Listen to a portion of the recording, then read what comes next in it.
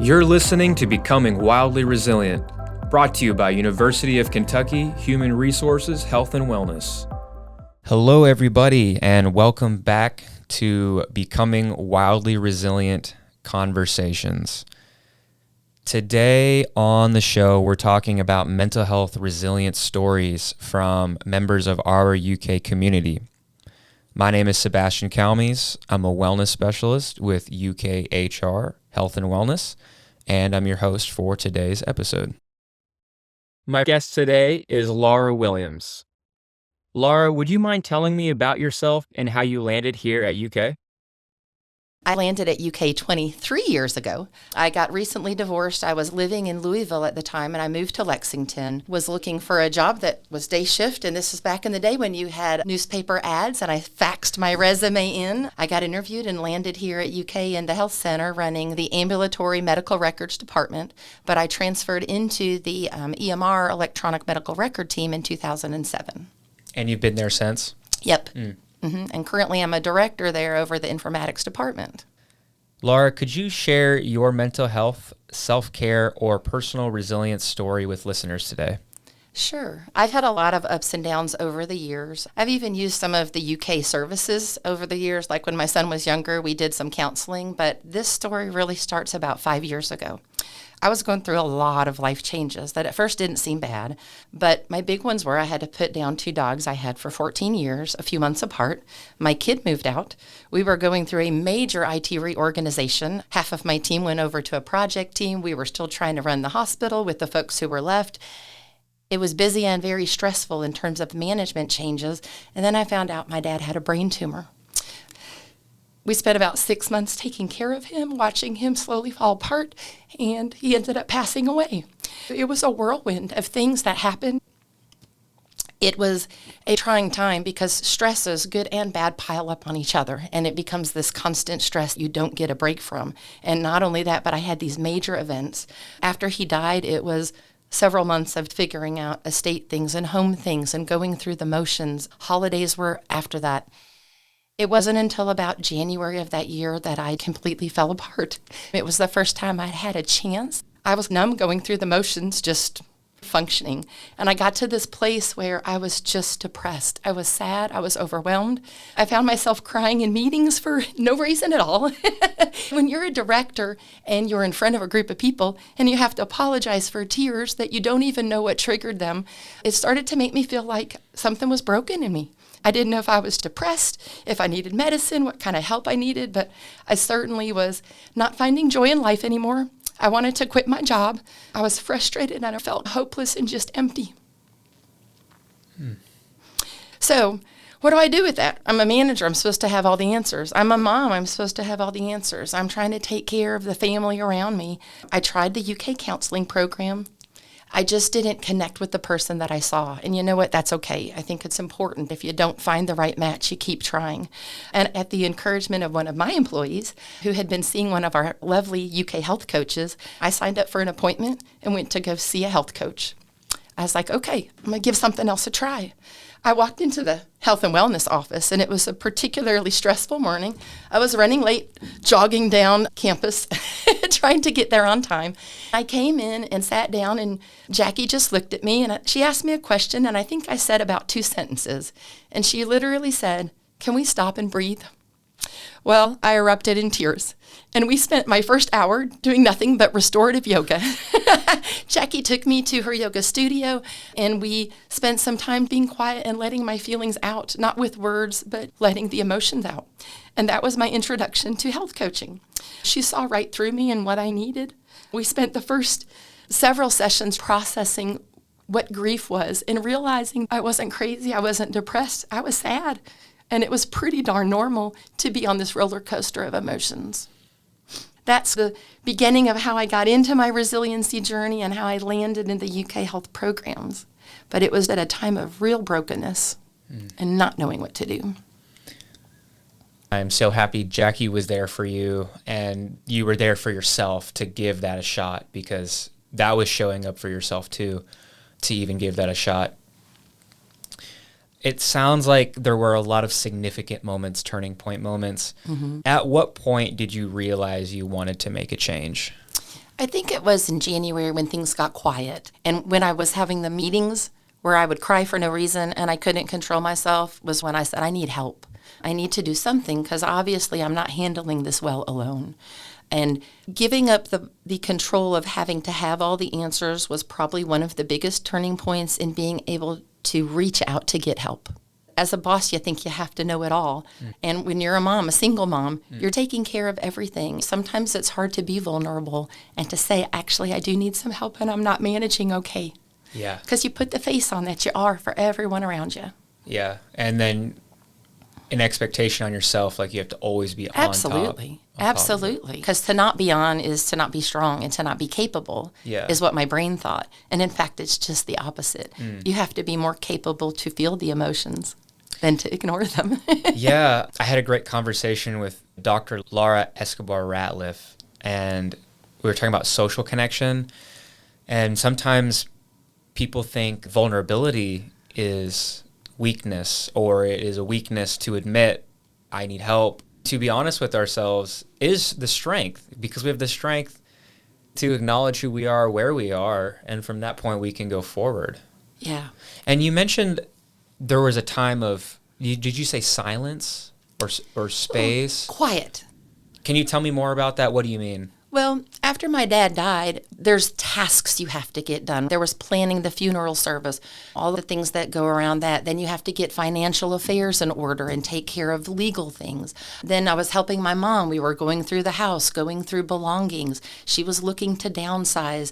And then there were holidays. There was a level of busyness that happened. And when the tasks were done occupying my brain, then it was empty, and that's when the feelings came to the surface. My dad died at the end of October. By January, shouldn't I be better? Instead, that's the first time I think I stopped long enough to feel any of those feelings. I'm so glad you said that, because I think a lot of us, and me included, we may not understand all the feelings. They can have a delayed reaction. We may even try to push them down or distract ourselves. When we become quiet or there's space, that's when we see what's actually there. And that sounds like what your experience was. It certainly was, because I think that's a little of my learned defense mechanism is I focus on the tasks and the things I can control, because I don't like dealing with the things that I can't. What are some other challenges you faced during this period of your life, or maybe some challenges you are currently working through? Well, if we go back to this time in my life, I'm really fortunate I found health coaching when I did. We had this lovely thing called COVID. It happened to hit the hospital, and working on the hospital EMR, I worked 28 days nonstop. 12 and 16-hour shifts, our nurses and our doctors and other people. It was incredibly stressful. The amount of work we needed to get done was insane. It was a fearful time. We had doctors practicing and researching how to use ventilators. Same ventilator, 2 patients. We were putting a field hospital together. If you remember, we were all isolating, and I was by myself. My kid had moved out, so it's just me now. I have no dogs, I have no kid, and I'm stuck at home alone, and I'm not supposed to go see anyone because we have to stay to ourselves. We're going to isolate. You have all of that. With that depression and with COVID, they also sent us to work from home. I had to adjust to working remotely, where I'm sitting all day and I'm no longer exercising, and I'm not running from the clinic to the hospital for meetings to get exercise and things like that. That starts to take a toll on your health in so many other ways. I became more immobile, more stressed. My health got worse. And then to top it all off, I lost a friend to cancer who was in the hospital. We couldn't even see her because of COVID. I lost 3 other friends to what I would call psychological related deaths. Within that next year, after starting my health coaching, I ran into all of these other stressors that I don't think stressors are ever going to end. I'm never going to get to a point in life where, yes, I got through my dad's death and everything's going to be peachy from there on.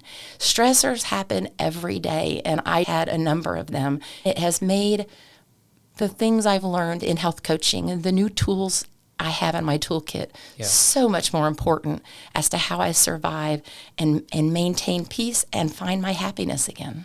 Speaking about tools you've learned to help you maintain peace and find happiness again, what are some of your daily tools that you use? Well, If we start back at the beginning, which I think is really important, this is probably the area where I struggled the most because I didn't know how to start. It all felt too overwhelming, like I had to commit to something really big. So when I started a journal, I wrote down 2 things every day. I wrote down something that helped me get through the day that was inspiring. It might have been a scripture quote. It might have been a funny joke, something someone shared with me or something positive during the day. But I would write down one. And the other thing I wrote down was something I did to be good to myself. I pulled my journal out because I kept it for a whole year. And my early entries literally were things like, I put lotion on my feet. For self-care. That was all. That's that awesome. was all I could muster. Yeah. Was self-care on my feet. But what I learned through my journal is the habit of having to write something down each day made me think about it. And in the essence of competition, because I'm a little competitive, I started looking at myself to say, oh, lotion on your feet. You can do better. You can do better. And it changed my daily focus, much like a gratitude journal, to thinking each day about what am I going to put in my book? What will I do for myself?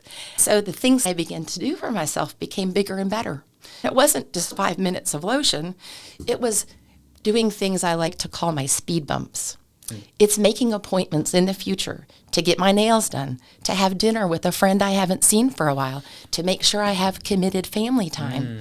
These speed bumps are so important because in my world of busyness, it's easy to give up yourself and put everybody else first.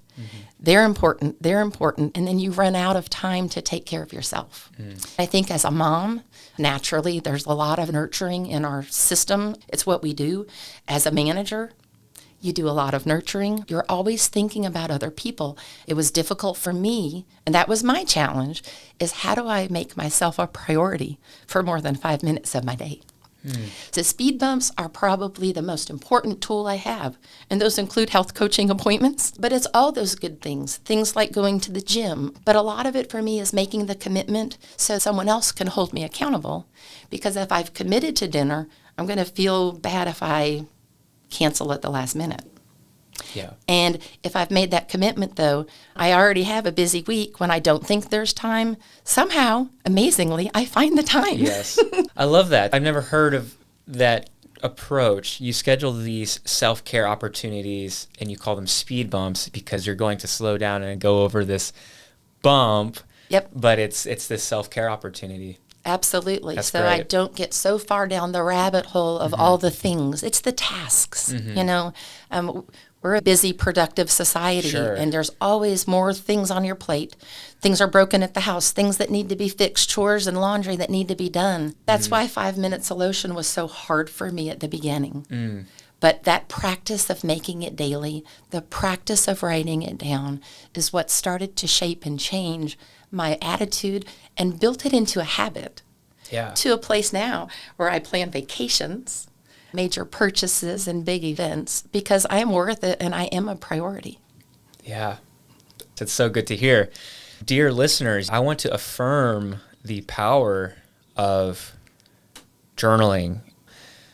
In my own self-care journey, I reached a point that I was having a hard time in life, and one of the biggest things I did was journal. I wrote anything and everything. It was like dumps sometimes of like 2-3 pages of things I needed to get out. I look back on some of those journals. I might have filled up at least 4 or 5. I still keep one right now because sometimes things come and I want to think about it and write about it. I definitely can relate to the power of journaling, especially finding things we're grateful for. I want to build off of that for a minute. Yeah, please do, yeah. Because one of the things I've learned through health coaching and journaling is how important it is to get the feelings and emotions out of your head. When they're in my head, it's like a pinball game, right? Ding, ding, ding, ding, ding. They go so fast and there's so much happening and I can't get any sense of organization to them. I don't even know how to define them. And when you get them out on paper or when you talk to somebody, there's something about getting them outside your head so you can see them and say, what can I do with that? Or, maybe that's not as big or bad. Or, that's pretty normal. And when they're all stuck in your head, I think it's hard to process them. I can't encourage people enough to get the feelings out. whether it's talking to a friend, a health coach, a doctor, a counselor, or journaling, something. But Jackie taught me feelings are information. They're trying to tell you something. So don't ignore them and shove them down. Listen to them and see what your own self is trying to tell you. Well said. How would you compare your mental health self-care from the beginning of your journey until now? But I will also frame it in this sort of way. If you went back in time to Laura in 2020 when it was really tough, what's the first couple of things you would tell Laura? Ooh.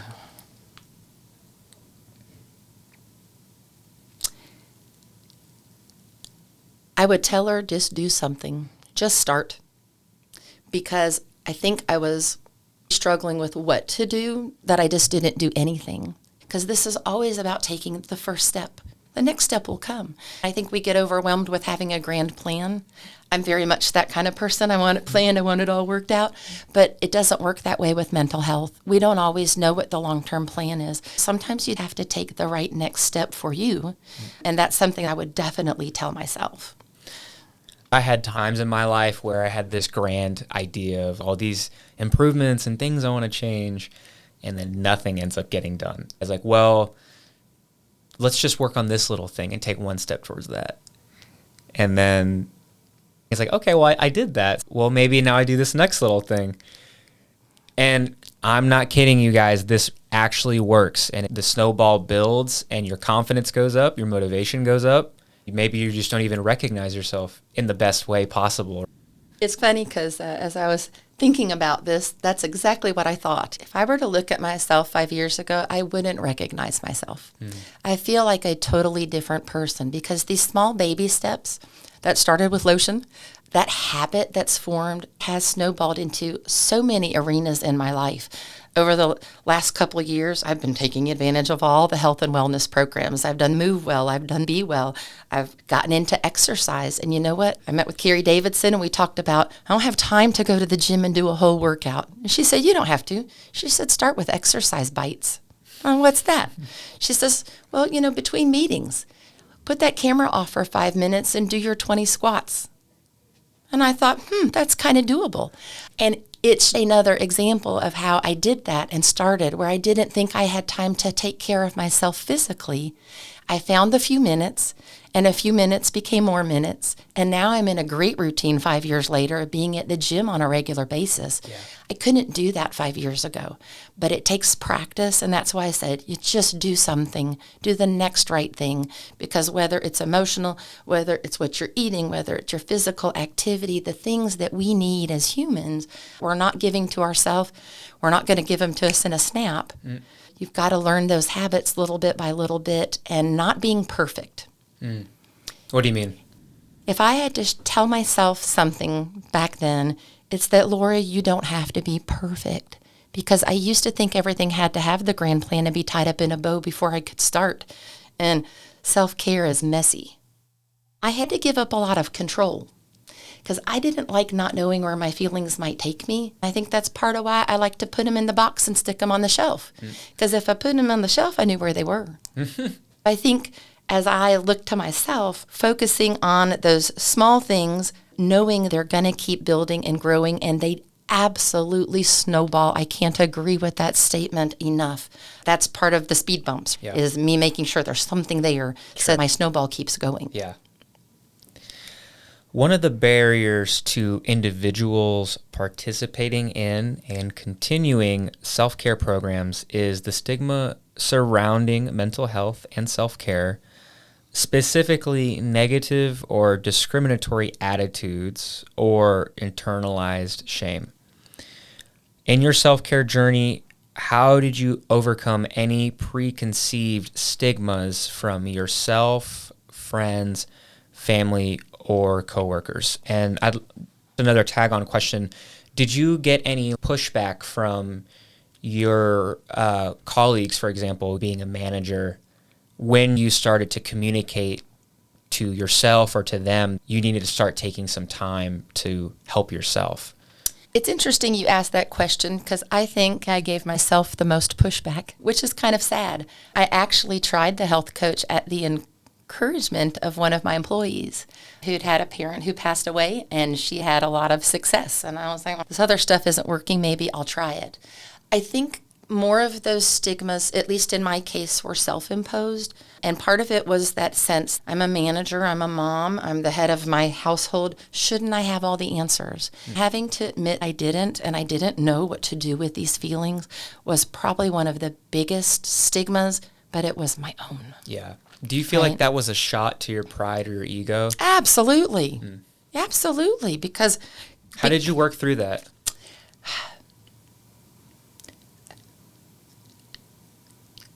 First, I had to fall apart. I'll just be honest. It took me falling apart to get that out. I think that's what Jackie helped me with, is realizing I don't have to be a superhero. I have a little sticky note I keep on my computer all the time, and it says, the perfectionist, Laura, there's nothing wrong with her, but use her as a tool. She's good when you're doing testing for computer things and everything has to be exact and perfect. But in things like your life, your feelings, your relationships, that perfectionism needs to go somewhere else. And it helped me to see everything that embodies me is a gift when I use it the right way, but it doesn't have to dictate all of the arenas of my life. Perfectionism can be a good thing, but in the case of self-health, that was a real barrier for me because I did feel like it was a shot to the pride. I didn't want to admit I was falling apart. It was when the tears came out in the middle of a meeting that I'm like, oh, cat's out of the bag. Yeah. Well, Amy, one of the other health coaches, does this exercise. I think it's called the 8 or the 10 captains, and I think one of them is called the perfectionist. It's this idea each person has these personality characters that all live within us, and then some are more dominating than the others. But the idea is we want to balance these because these personalities are tools. It's like hats. We can wear this hat to help us get this new IT project where we need it. Yeah. And then the awareness to realize, okay, we can take this hat off and now we can wear the self-care hat. I love that idea of these different hats because perfectionism was a hat that was a barrier for me. Something else I learned is my nurturing, which you would think would be a lovely hat, also became a detriment to myself because I spent so much time nurturing everyone else, I didn't nurture myself. The skill I've had to learn is how to take that and focus it on me. These hats are a great analogy because there are strengths. Right or wrong, there are strengths. These are the things we're good at or things that we do. Learning how to point them in a productive and positive direction is critical. Sort of when I became in competition with myself, I can take care of myself better. Yeah. But I had to put myself up to the challenge. I knew competitiveness is one of those things that drives me. Yeah. The more you learn about yourself and the things that motivate you or your default mechanisms of operation, this is my go-to. This is how I respond. I had to let go of that, especially with the taking care of everyone else and realize it's okay to give a portion of that to myself. You hear people say, put the oxygen mask on yourself first before you put it on someone else. But that's different for self-care. My brain didn't equate that was my own need for oxygen. Laura, is there anything else you'd like to share with listeners about taking the next steps to support their mental health, self-care, or personal resilience? You can choose happiness, and you are so worth it. It's something you have to practice, just like the gratitude journal. But no matter what's going on in your life, it's normal. I think sometimes we feel alone in some of the challenges we experience. I'm pretty sure whatever you're going through, there's someone else out there in the world who is. So know that you're normal, choose yourself, and do something. Can be anything that is a step in the right direction, whether it's health coaching, whether it's exercising, but just do something. I think it's so important too, as a manager, it matters even more. I thought it was something that, because I'm a manager, I shouldn't need, and this was a service for my employees. But I've realized as a manager, I need it more than anyone, because I have employees that I now have a new sense of emotional intelligence as to how to deal with problems that come, how to be sensitive to needs, how to encourage others to find help. Choose happiness. You are so worth it. Thank you, Laura. Thank you so much for being on the show and sharing your story. And I will choose happiness right there along with you. And we encourage everybody listening to also choose happiness. Laura, thanks for being on the show with me. Thanks for having me. Thank you for listening to this special episode of Becoming Wildly Resilient, where we focused on real mental health, self-care, and personal resilience stories from members of our UK community, to end the stigma around utilizing mental health and self-care practices and services. I hope after listening, you found some new strategies, tips, or approaches to start or continue your personal resilience journey. Laura Williams shared the biggest obstacle to getting help was herself. As a manager, she felt the sting of her self-imposed stigma that it wasn't okay for managers to get help. However, through a courageous act, she decided to see a UK health coach. Not only that, she also started a journaling practice that challenged her to keep track of small self-care wins throughout the day. This motivated her to find new ways to take care of herself, which ultimately led to her positively saying she's a completely new person compared to herself at the beginning of her self-care journey. She reminds us that we are worth it. Thank you for listening to Becoming Wildly Resilient. This podcast is brought to you by University of Kentucky Human Resources, Health and Wellness. We offer a wide range of online and in-person services to support the well-being of UK employees, retirees, and their spouses. You can find experts in mental health, personal resilience, nutrition, and physical activity. We're ready to meet you where you are and address your unique needs. To learn more about the work life and well-being services offered by UK Human Resources, visit hr.uky.edu/wellbeing. You can also connect with us on social media and YouTube by searching @UKY Wellness or by email at healthandwellness@uky.edu.